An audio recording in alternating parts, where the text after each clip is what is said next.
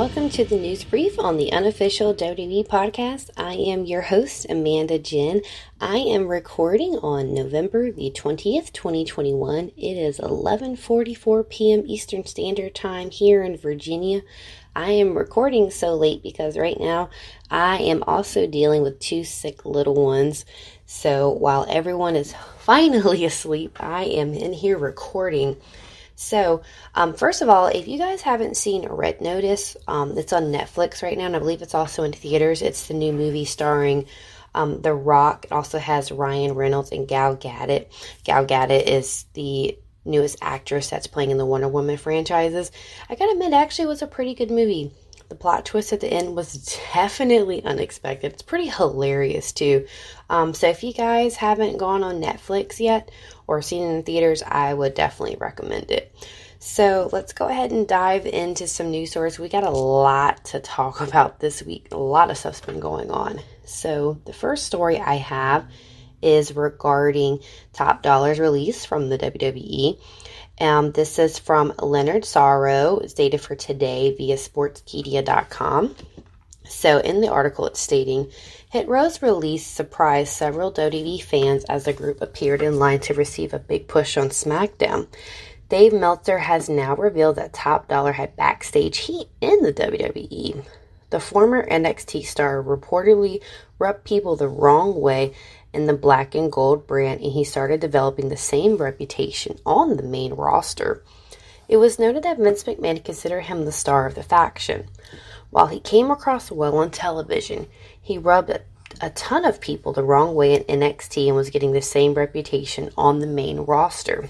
He was the one Vince McMahon saw as the star of the group because of his size, Meltzer reported. Fightful Select additionally reported on Top Dollar standing within the WWE. People felt he got a little too comfortable, like former WWE announcer Greg Hamilton. Hit Row's release, though, didn't come down to Top Dollar's backstage status, as they were also people within the WWE who enjoyed his approach. Top Dollar's hosting capabilities were praised backstage, and he was also in contention to become Raw Underground's host at one point, before WWE changed its plans. His dedication towards Hit Row was also appreciated. It's safe to say that Top Dollar was a polarizing figure backstage, and he even addressed the rumors on social media. As to Ashante, Adonis, and Isaiah Swerve Scott's release, it was reported as collateral damage. I was actually really surprised to see this article that Top Dollar, quote unquote, had this heat backstage, and that he was rubbing people the wrong way. Now, granted, we have to take this article as a grain of salt. This is a rumor, nothing is confirmed. And a lot of times you do have to take things that Dave Meltzer says with a grain of salt. But if he was acting this way backstage, it is unfortunate, and this does happen in this business, You come in with this mentality thinking, that your ish don't stink, and you carry that with you. And then ultimately, you generate heat backstage, and sometimes this can end in your release. And then it's even more saddening to hear that Ashante Adonis and Isaiah Scott were pretty much cut because they were members of the group. I only seen a handful of their matches on NXT because I'm like with Matt, it's hard for me to catch NXT with my schedule, with my children and work. But it was promising. I mean, they put on some pretty good matches, so it really sucks to hear that WWE just decided to cut them instead of just cutting Top Dollar and giving Isaiah and Adonis their own time in the WWE. But I'm pretty sure that these guys are definitely going to be going to different promotions, or they might even just cut their losses and, do something in the music industry. So I'm actually interested to see where their careers are going to be heading since they've been released. So the next article is also from Sportskeeda from the same author, dated for today, and this is pertaining to Hulk Hogan, and he's suffering for some serious health issues. So Ric Flair shared an update on Hulk Hogan's health during the debut episode of his Woo Nation Uncensored podcast. While Flair didn't go into much detail, the Hall of Famer stated that Hogan was dealing with serious health issues. The duo has been in regular touch, and the Nature Boy recalled getting Hulkster support when he was in a coma. Here is what Ric Flair disclosed about the WWE legend. He's having some really bad health issues, but he keeps up with me. We support each other, good and bad. When I was in the hospital, he flew up that day like everybody else that came up to see me. Hulk was gracious. Jimmy Hart was great. I don't remember seeing them because I was in a coma, but they made the effort to go. Those are the kind of things that mean a lot. Hulk Hogan has had countless surgeries over the past decade, and the last sighting of him in September painted an alarming picture of his health. The WWE legend apparently had trouble moving around at the charity show, and a video from the event was widely circulated online. More details on Hulk Hogan's health, should be out soon, so stay tuned. I did not see this video. I'm actually intrigued to kind of Google it now to see if I can find it. But everybody has their personal opinions about Hulk Hogan. I won't go into too much about that as I have my own about him. But it's a shame to see that he's deteriorating health right now. I have been seeing a lot of news circulating about he's been having a lot of surgeries here even recently. I don't know too much details regarding the nature of those surgeries, but definitely wish him speedy recovery and, health depending on what he has going on. We have our opinions about people of things they've done in the past, but, we don't wish ill will or ill health on people like that. So prayers go out to Hulk Hogan and his family. So the next thing is wrestling / non-wrestling related. This is actually in reference to the WWE 2K22 game. A lot of us are anticipating this game because of how the last one just bombed. I mean, bombed horribly. So this article was on Polygon.com. It's by Cass Marshall, dated for November the 18th, 2021, which is titled WWE 2K22 will have new game modes for aspiring managers and stars. Publisher 2K Games has released a new post revealing some of the new game modes and additions plans for WWE 2K22, a wrestling title designed by developer Visual Concepts. The blog released on Thursday gives players a look at what's coming to the next entry in the franchise, which is currently set to be released in March. Some of these promises seem pretty standard. A new engine, graphics, better gameplay controls are sort of the things you might expect to show up in a new iteration on an old formula. But some of the game modes have a display look intriguing. One new mode is the Showcase, which allows players to take a walk down memory lane and relive a legendary WWE superstar's most iconic matches and moments. Another interesting addition in the mode is called My GM, which is a management mode. Players will have to draft wrestlers, book their matches, manage their contracts, and keep their roster running well. My Faction is a similar mode, except the player has to create a legendary faction that rivals the iconic NWO via weekly events and updates. There's also My Rise, which looks more familiar. It's a campaign where a player creates their own wrestler, goes through a career, starting as a rookie and ending up as a champion. The last mainline entry in the WWE 2K franchise was 2K20, which launched in 2019. It was panned by fans for being buggy and barely functional. Buggy doesn't even begin to describe it. After taking a break from the franchise, the developer is starting fresh with 2K22. While the modes look intriguing, it remains to be seen whether this game pulls it off. For those of you that are not on Twitter, you might be able to Google the video. I'm pretty sure you can. But they actually released like a teaser trailer of the My GM, the My franchise, the My Rise, and some of the other things that are mentioned in the article here. And the graphics look really good. I mean, they really stepped up their game compared to the last edition. And I'm really excited to see My GM back. The My Faction sounds really interesting. And then the showcase where you can take a walk down memory lane and kind of relive iconic matches and moments. I'm really interested to see that.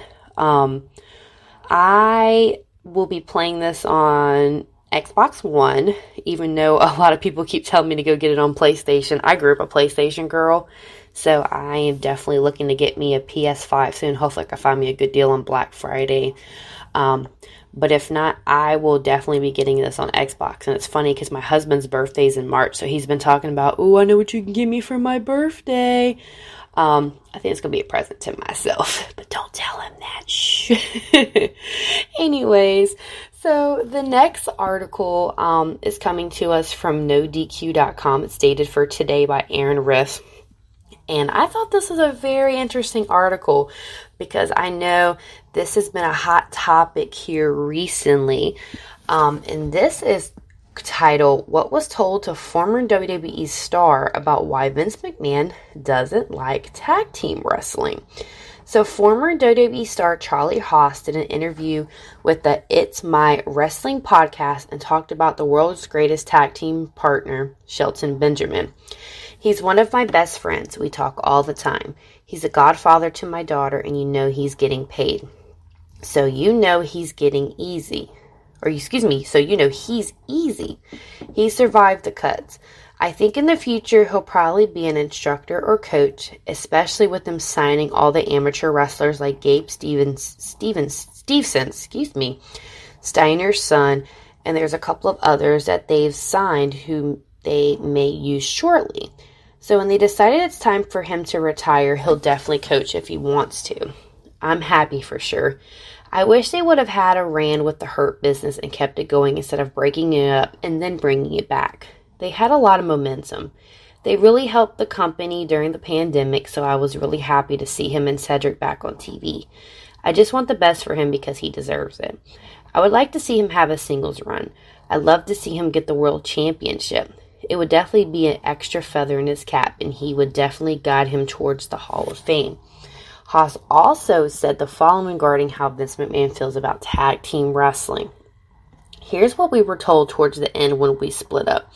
Vince doesn't like tag team wrestling. He looks at it as an added expense, as paying for an extra guy on the road, extra guy in the hotel room. He really doesn't like it, and he changed a lot of it over the years. When you're talking about 2002 with the tag teams, I think that was a great time. When I was a kid growing up in the 80s, got to watch Arn and Tully, Rock and Roll Express, Midnight Express, the Fantastics, the Guerreros, the Dynamic Duo. Those tag teams meant something, you know. If I'm forgetting anyone, I'm sorry. The tag teams meant something I felt when we were there too. But that's all passion. I love the tag team stuff, you know. I was a fan of it before I became one. It's so interesting that Charlie Haas actually came up and was vocal about saying this about tag team wrestling, because this has kind of been a hot topic that it's been discussed on the podcast and just social media and everything in general, because some of the releases that just happened, like we had Tegan Knox, who was in a tag team with Shotzi. Shotzi's still in the WWE. Tegan Knox got released. Tag team broken up. Never really got a chance to have its full potential. Hit Row's gone now. Tag team fraction. Never really had a chance on the main roster. So this explains a lot as to why stuff is happening with these tag teams, because Vince McMahon just views it as, in his mind, extra expenses. Which is a shame, because here we have women's tag team titles and no tag teams for Nikki ASH and Rhea Ripley to defend against. So, I don't want to go on a rant about the tag team, because I can just go on and on about this, but I just thought this is a really good article for you guys to read and definitely brings some more insight. So, speaking again regarding Ric Flair, I saw a lot of stuff on Twitter this week about this post that Ric Flair put out about Becky Lynch. I'm going to get to the post in just a moment. Was very, very shocked by it. I have my personal views about Ric Flair, especially since the Dark Side of the Ring came out not too long ago. If you guys have not seen that, please go watch the episode of The Plane Ride from Hell. you're going to be shocked. But anyway, staying on topic here. This is coming to me by Ryan Glasspegel from the NewYorkPost.com, dated for November the 18th. The title is Ric Flair feuds with Becky Lynch and accuses the WWE of erasing his legacy. Ric Flair has a podcast to promote, and he is taking swings. Over the course of Wednesday and Thursday, the 16-time world champion's Twitter page has included barbs with Becky Lynch, his daughters, Charlotte's longtime storyline rival, and his former employer, WWE. The latest saga with Ric Flair and Becky Lynch came earlier this week. Lynch gave a strong promo implying Charlotte Flair had ripped off her father's gimmick. In a response, the elder Flair tweeted, "I think I'm going to have to make a trip to personally see you beat the piss out of Miss WWE Charlotte." "I don't think so, sister. The man, big time Bex, whatever you call yourself. There's not enough choreography in the business to save you." Later, Lynch was asked about this tweet in an interview with Ariel Helwani, and she accused Ric Flair of using her for clout. Becky commented, "Look, I saw that tweet. The one you're referring to. The one I'm referring to," Lynch said. "I wrote out a response that would have been quite biting, and I deleted it, and I let it go because I think it's really sad. This is a legend at one point. This legend, a 16 world championship Ric Flair, is now jealous of me. That's cool. It's cool for me. He's now trying to use me to get clout, to promote whatever he's got going on next because he's dug himself into a hole with other things." In response to this, the Nature Boy referenced how he sold the trademark for The Man to WWE last year so that Lynch could use it. He said he will also be the man, and for Lynch to ask her husband, Seth Rollins, to affirm that. And here's another tweet from him. "So disappointed," he tweeted. "I did this out of respect for you, at Becky Lynch WWE. It made you millions and made me nothing. After 40 years of being the man, the company doesn't own it, and neither do you. I'll always be the man. Ask your husband." And he sent that tweet on November 17th. On Thursday, Flair, who attained his release from WWE this past August, sent a tweet asking for 2 of his championship belts back from the WWE and accusing them of erasing his legacy. "Speaking of legacies, at WWE has decided to erase mine. That's all good. However, these 2 belts are my legacy, and I'd like them returned. I've asked twice, apparently falling on deaf ears. I'm assuming that next week on at WWE Flair Uncensored, I'll have to explain in detail. Woo." As we wrote previously when covering how Becky Lynch said she could not trust Charlotte Flair, these outside barbs often blur into the stories that WWE is promoting, and it's difficult to discern what is real and what is a work. For those of you who don't know, the wrestling term for that's being scripted. Ric Flair's new podcast debuted this week, so there's almost a certain reason we seem to be seeing more bombast from him than normal. I'm going to try to be very careful with this because, like I said, I have my personal feelings regarding Ric Flair, but he's just really getting out of line. I don't know if it's old age creeping up on him and he's being senile, or I don't know what's going on with him, but him just coming after Becky Lynch, again, you don't know if it is work, if it's trying to bring more publicity to the story and to their big match that's coming up Sunday, or if he really feels this type of way. Like Becky said, if he's trying to get some clout, I think he's going about it the wrong way. I mean, I'm just kind of speechless at this point when it comes to Ric Flair. And then the whole thing about WWE is trying to erase his legacy. No, I think you're doing that yourself by the stupid stuff that you're doing here lately and the stuff that you've done in the past that is now coming to light. And honestly, if WWE really wanted to try and erase his legacy, they would have had John Cena beat Roman Reigns for the Universal Championship at SummerSlam and made Cena be the 17-time world champion. But that's neither here nor there. People know how I love my John Cena and how I feel about Ric Flair right now. So I'm going to continue on to the next article.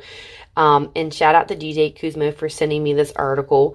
So this is actually a backstage update on Kenny Omega. and this is by Mark Middleton from November the 19th from WrestlingInc.com. So, Kenny Omega is scheduled to undergo multiple surgeries and reportedly will not be defending his AAA Mega title at Triple Mania Regia, 2 on Saturday, December the 4th in Monterrey, Mexico. As we've noted, Omega is scheduled to defend the title against El Hijaro Del Vecchino. Sorry, I'm terrible at pronouncing names. It's late. At AAA's Triple Mania Regia 2 event. But Omega underwent an evaluation for various ailments and injuries this week. Just days after dropping the AEW World title to Hangman Adam Page at AEW's Full Gear pay-per-view this past Saturday, Omega has been working hurt for a few years now and is planned to take time away from AEW to heal up, but wanted to see the Hangman storyline through.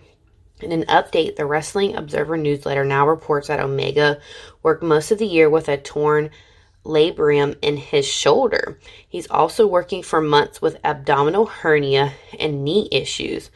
Omega has also dealt with vertigo since 2018, which often caused the room to start spinning while he was wrestling. Wow. I mean, huge shout outs to Kenny Omega for just kicking butt and just battling through these injuries and just having match after match. And you would have never guessed half this stuff was going on. So, I mean, just huge shout outs to him. We wish him nothing but the best on his recovery for his upcoming surgeries and dealing with vertigo. I've dealt with vertigo in the past, and it's not fun. I know people that personally have vertigo, been dealing with it for years, and just have altered their living because the best way I can reference somebody who has no idea what vertigo feels like, if you've went to a party and you've had a lot to drink and you know you've had too much to drink and that room starts spinning, just imagine dealing with that every day, all day, and sometimes you never know when a vertigo spell is going to hit you. So, I mean, just kudos to him. I mean, I don't even know how somebody can even wrestle dealing with a vertigo, let alone having a normal job. So, I mean, that's just amazing in my book. So, definitely wish him speedy recovery, prayers for his surgeries coming up, and we hope to see him back soon. So, last but not least, I want to give you guys my predictions for the Survivor Series matches that are going to be for Sunday night, which, aka in my time, is actually going to be tonight. So, Big E versus Roman Reigns. I have got to go with my head of the table, Roman Reigns, because, sorry, I don't like Big E, so I am hoping the head of the table reigns supreme. So next, Charlotte Flair versus Becky Lynch. You know, I'm kind of torn on this prediction because I feel like it can kind of go multiple ways. I don't know if WWE is going to try and save face and have somebody interfere in the match so it doesn't have anyone's reputation, I don't want to say reputation tarnished, but just makes them look good. So it's not saying that they lose clean, but they lost dirty. So I don't know if Becky or Charlotte's going to cheat to win. Somebody's going to interfere. But I think if WWE is smart, they would have Charlotte win, because I think if you have Becky Lynch beat Charlotte Flair clean, no cheating, no match interference, that is going to just piss Charlotte off to the oblivion. I mean, you've already got this heat that's generated between them, a lot of animosity backstage. Some of it's true, some of it might be a work, but I think that would be the final nail in the coffin for Charlotte Flair if she would to lose clean to Becky, and I think she would ultimately want out of her contract. So if WWE smart, have Charlotte win. Next is the men's tag teams. So that would be the elimination match. I should say. So Team Raw versus Team SmackDown. Given the lineup of each tag team, I'll just call them tag team. Sorry, guys. I'm just so used to saying that. I'm actually going to go with Team Raw on this. I think Seth Rollins is going to lead the team to victory this time, like he did the last time. Next for the women's, I'm also going to have to go with Team Raw on this one. I mean, you got Becky Lynch and Rhea Ripley and all of them. They got a really strong lineup. And plus, you see all the drama that's going on with the Team SmackDown ladies. Between you got Sasha and Shotzi and Natalya, and you had Aaliyah taken off, and now you've got Toni Storm added. So we don't know how Toni Storm's going to play into the mix. But I think I'm also going to have to go with Team Raw on this one. So Damian Priest versus Shinsuke Nakamura. I think it's going to be a really good match. And I think that Damian Priest is actually going to win this. It's going to suck if they do have Shinsuke lose another match because he's been kind of on a losing streak here lately. But I think they're going to go with Damian Priest. And then RK Bro versus the Usos. This is a really hard one because I like both of those tag teams. But I think the Usos are probably going to win by cheating. So I think it's going to be Team Usos for the win on that one.